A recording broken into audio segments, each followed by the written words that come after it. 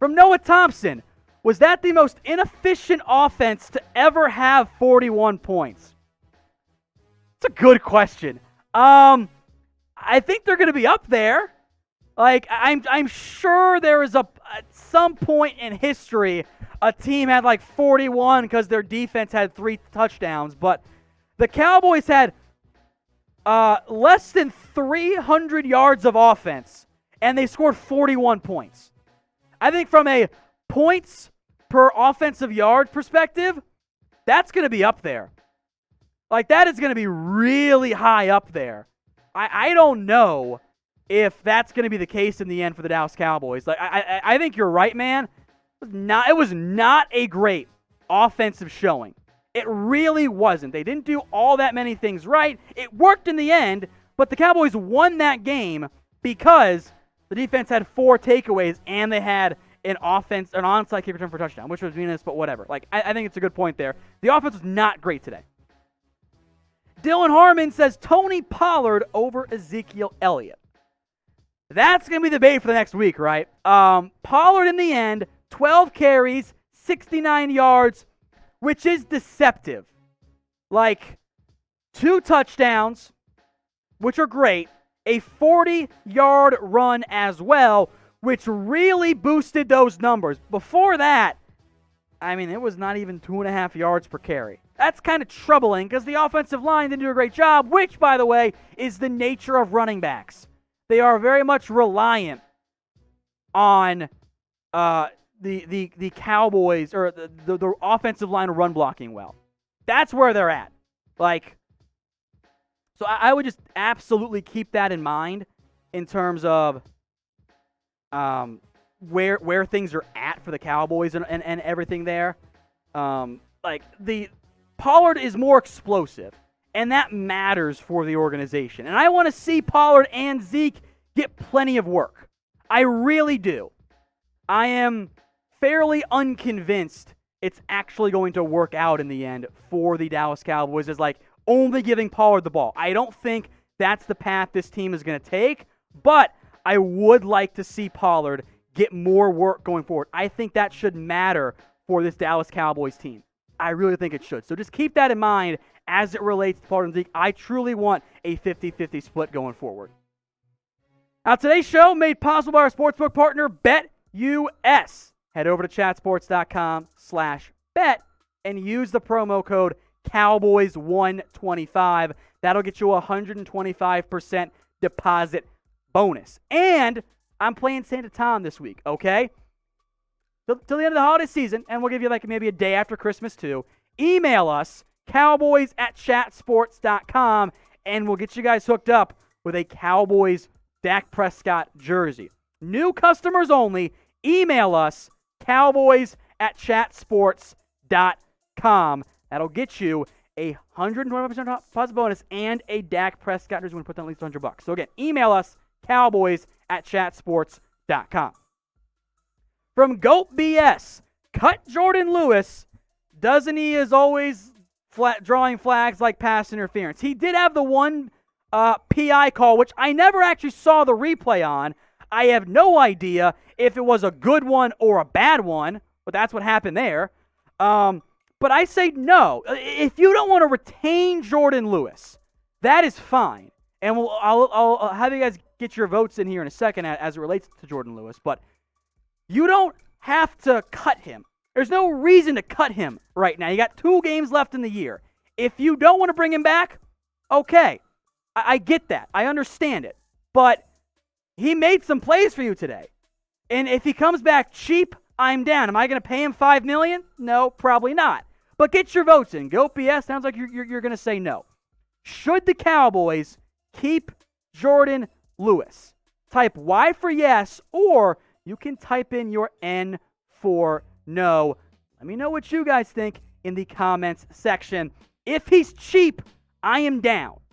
But if he's not cheap, I'm really not all that interested. So, it's all about the value here. That's the route I would go. Let me know what you guys think. Y for yes or N for no. Seb Bray, would you trade Gallup and a 2020 second-round pick and a 2021 second. You mean 2021, 2022, and those picks and Gallup for Stephon Gilmore. Don't know if Gilmore got hurt today. I know he left the game, and the report was it wasn't that bad. Let's see the full injury extent there.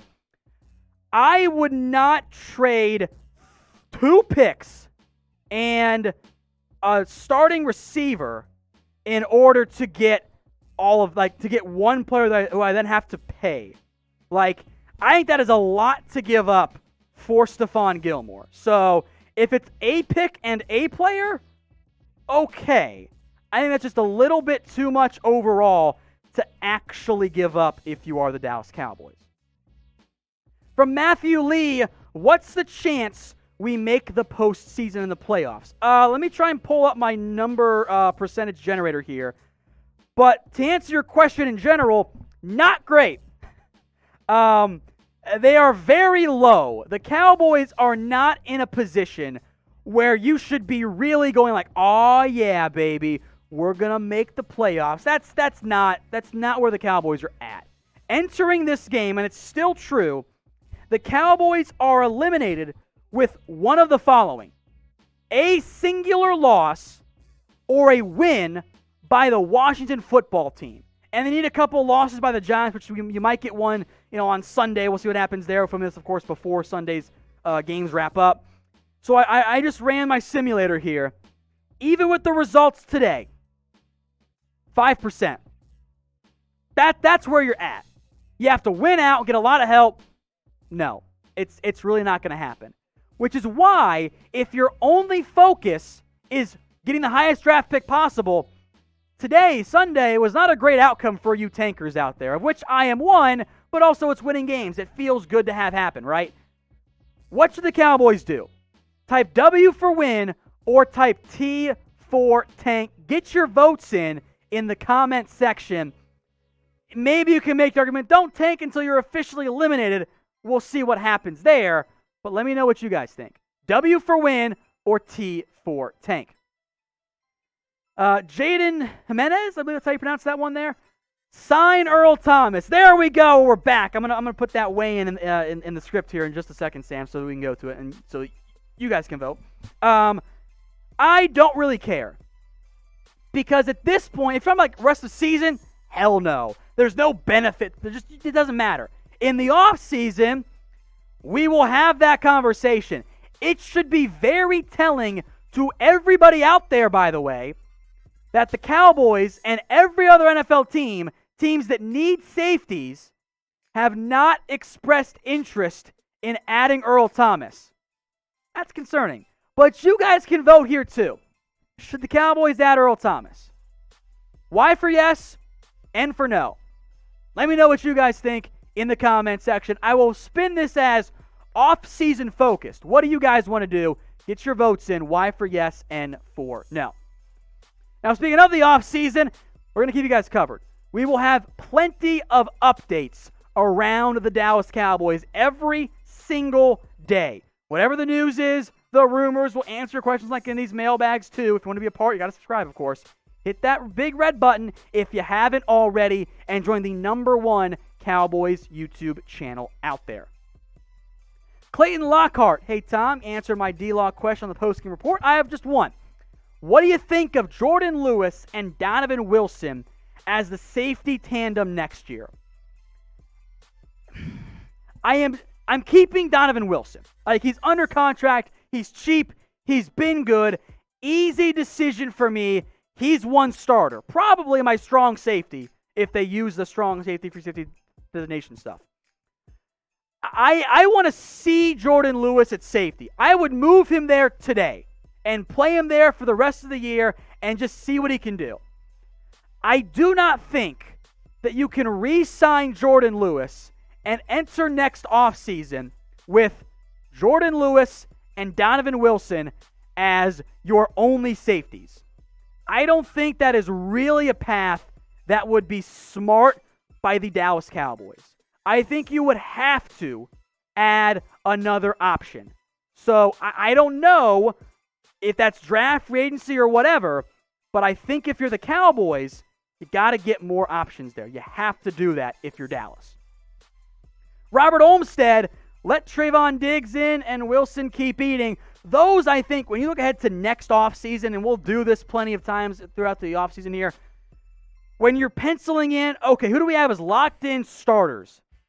I think in the secondary, your list is Trevon Diggs and Wilson. Yes, re-signed Anthony Brown.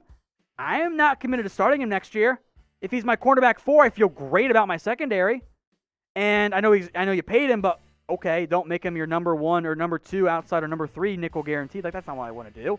Diggs and Wilson, I think absolutely is going to be your locked-in starters next year, unless the staff messes up again. That should be your path if you are the Cowboys. Those two, Diggs and Wilson, could end up being long-term building blocks.